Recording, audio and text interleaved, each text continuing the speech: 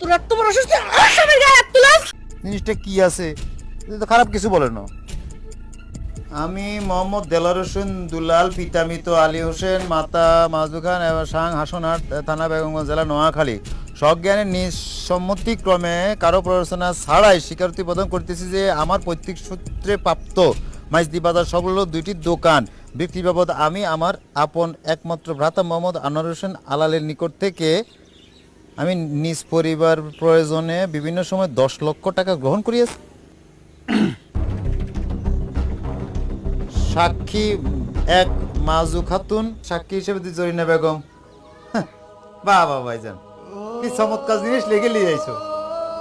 আর মা তুমি সাক্ষী করছো, তুমি স্বাক্ষর দিতে কোন সময়? আজকে সকালবেলা তো আত্মন শৈলে গেছে হাতে, আর তো দলিল দেখানো আমি বুঝিনি কিতা লেগছে। হেরে আলাইল্লা তুই এই কামটা কেমনি করলি? তো ছোট